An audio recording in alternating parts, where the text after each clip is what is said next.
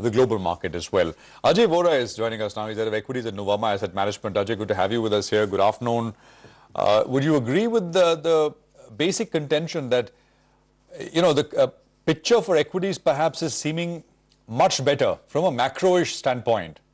The clouds have all mostly cleared, unless, of course, we start to get a string of negative surprises data-wise. Perhaps, for the last year and a half, we were talking about hikes and hikes and hikes.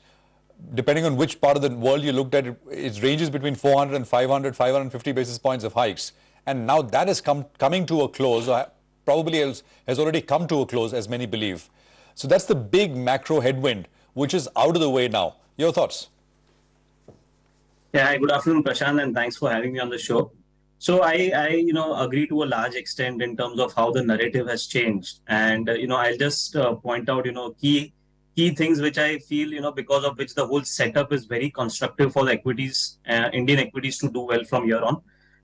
Broadly, if you look at it, as you rightly said, the whole narrative on the global interest rate has reversed, and whether they start cutting or not, I think at least there is some sort of agreement that the peak rates are behind us. Whether the cutting happens, the easing happens post second half of CY24 or later, that we need to see. But broadly, the interest rates have peaked. Second most important factor, which is playing out in our favor recently is the whole correction in the crude oil prices, which was actually turning out to be a big worry for our markets. But I think with the way that it has corrected by 15-20%, it is definitely a big positive for us. Third, and the most important thing, the result season has been extremely strong. If you look at the aggregate PAT growth for Nifty only, it has been closer to 25-26%. And even if you adjust for, the OMCs, it has been closer to 21-22%. And barring, IT and metals, all the sectors have resulted in a beat to the analyst expectation. So I don't think you are getting any market where quarter after quarter you are seeing a reasonable upgrades. So that is the third and the most important, the fundamental aspect of it. And lastly, if you look at the numbers, over last 3.5 months, I would say FIs have sold close to $8 to $9 billion in secondary market. Considering all the overhang of interest rates and the war which is going on and n number of factors, $8 to $9 billion of selling has been absorbed. I'm saying that, with all these constructive factors, even if they come back and, half of it gets deployed over next few months, we can see a continuation of this rally. So I agree with you that setup is looking very constructive. And still, I don't think we are expensive in terms of valuation. There can be pockets where things are very expensive. But I think that considering the results and the underperformance over last 2 years, I think this rally has more legs to go. Okay, sounds good. Ajay, hi. Good afternoon. You're sounding quite bullish. Season's greetings to you, first of all, you, your team, and your family. So, if this rally has more steam, and if valuations overall are not looking too out of whack, then the next question is, what do you play? I mean, what do you buy afresh if this market's going to cruise past 20,000 once again? Your thoughts? Yeah. Hi, Subi, and thanks for the wishes. Wishing you the same. Broadly, if you look at, I think if you recollect last time when I was on channel, we spoke about the whole OMC space. If you look at the numbers which all the companies have delivered, in fact, there has been upgrade of 30, 40, 50% by most of the analysts for the current year. And although they are being very conservative for next 1 year or 2 years, they are taking a 50% drop in earnings for next 2 years. Basis that earnings also, most of the stocks are trading at closer to 3p, 4p, one-time book or 1.2 times book. I think, with crude staying where it is, the expectations on the marketing losses will go away. We expect, the GRMs, the refining margins to get stronger going into the next year with, shutdowns taking place globally. We think that the earnings momentum can continue from here on for next couple of quarters. So that is one space where we are positive. Secondly, we are also positive on the whole auto space. I think if you look at the whole, the setup over there as well, the urban market was doing well, and now with the rural market also kicking in, and the export markets starting to do well, I think the whole pack of auto, be it two-wheelers or four-wheelers, I think can do exceedingly well from here on. And lastly, we feel that this whole NBFC space, we have generally seen that in a rising interest rate scenario, most of the banks which are CASA heavy that ends up doing well.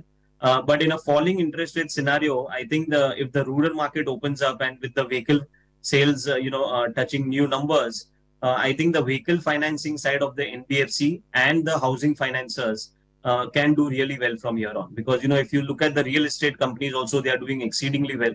So at some point of time, a market will start appreciating that, the whole housing finance companies are also, a couple of them are trading below one-time book, delivering 15-16% ROE. That can continue to do well from here on as well. Okay, all right. Hi, Ajay. Good to see you. And Nigel on this side. So OMCs is what you like. Autos you've spoken about, and NBFC, the NBFC space as well. I think briefly in the past when we chatted, you also mentioned a couple of other names. Glenmark Pharma, I think, was one of those stocks that you liked. That's done quite well. And the banking names as well, the larger banks, HDFC Bank and ICICI Bank. You want to fill us in with a fresh list, or or any view on the names we've already discussed? So firstly, Nigel, I would really thank you for always bringing this up on, one of the names which we have discussed since a very long time. And we end up chatting on it every time. But yeah, Glenmark is the one name where we are positive. And if you look at their recent results also, they have cleaned up quite a lot. And the debt is going down significantly for them, which paves the path for the next growth phase for them. So our sense is that the story continues to look very attractive.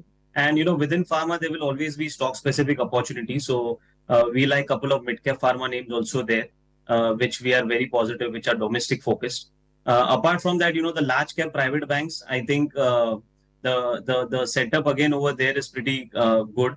The underperformance and reasonable valuation, you are getting two of the largest private sector banks at closer to 2.1, 2.2 times price to book, where I don't think you can go wrong on the valuation side.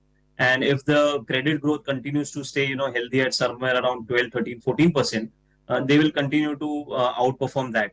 So my sense is that, private sector banks are looking good. And a couple of mid-cap pharma names are also looking attractive. All right, but Ajay, I'm happy that I've remembered Glenmark Pharma and we have discussed it.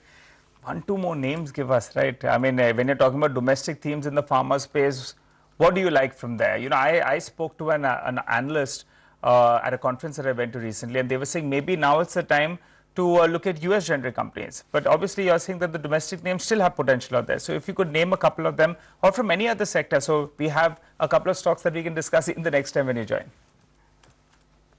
So I think, one name which is beaten down and surprisingly that has done exceedingly well today in the market is Wockhardt.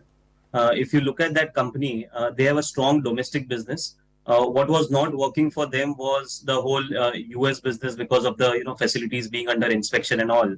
But my sense is that the product pipeline which they have right now, and if couple of products get approved by US FDA, and we feel that those are very critical products for the US market also, then the whole the profile of the company changes, because then the facility inspection and everything will follow through. And if you look at the current market cap, and if you look at the current EV, if you compare that with any other domestic business also, stock is looking very cheap from here on. So with a 4,500 crore market cap, their only domestic business itself is closer to 1,000 crores, 1,000 crore plus. So my sense is that, if these couple of products, end up getting decent approval and the facility also gets approved, I think the risk reward ratio is pretty favorable from here on. So this is something where, where we are a little positive from here on. Talk about a name or two more, Ajay, as you were going to, I'm sure. Sorry? Talk about a name or two more. I mean, ideas we can discuss. No, I think so. Generally, Prashant, we are pretty constructive on the whole mid-cap space.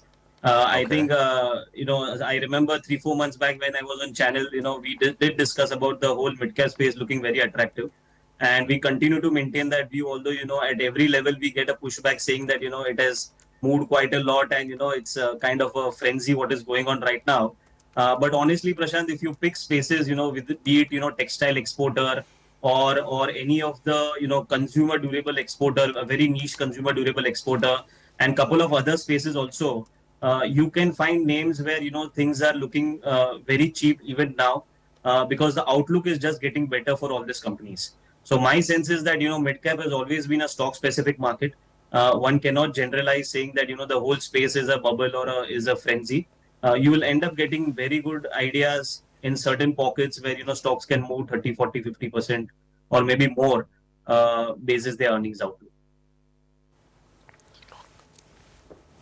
Okay, Ajay, finally, before we let you go, just want to talk to you about the sector of the day, really, the kind of buying intensity that we're seeing in IT. And it's not just large caps. I'm looking at the mid-cap screen right now. Look at KPIT Tech, look at Coforge, Memphis. All of these stocks are really sort of flying high and high. Do you like this space, A? And if you do, then what sort of companies would you play through? Big, small, niche, or full service?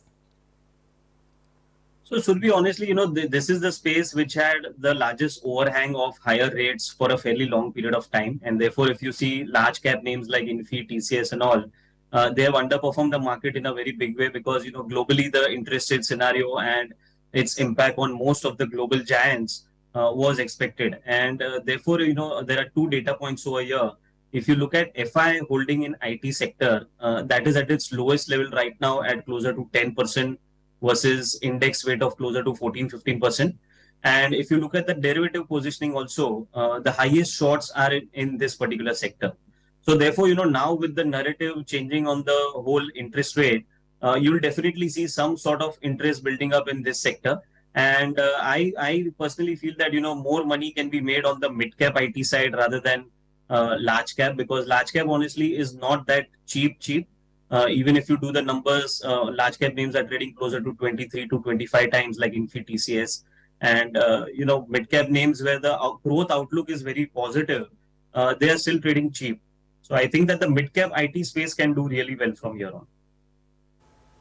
Okay, mid-cap IT, that's where your eye would be. Got that. Ajay, good talking to you today. Thank you very much for taking out the time and being with us this afternoon.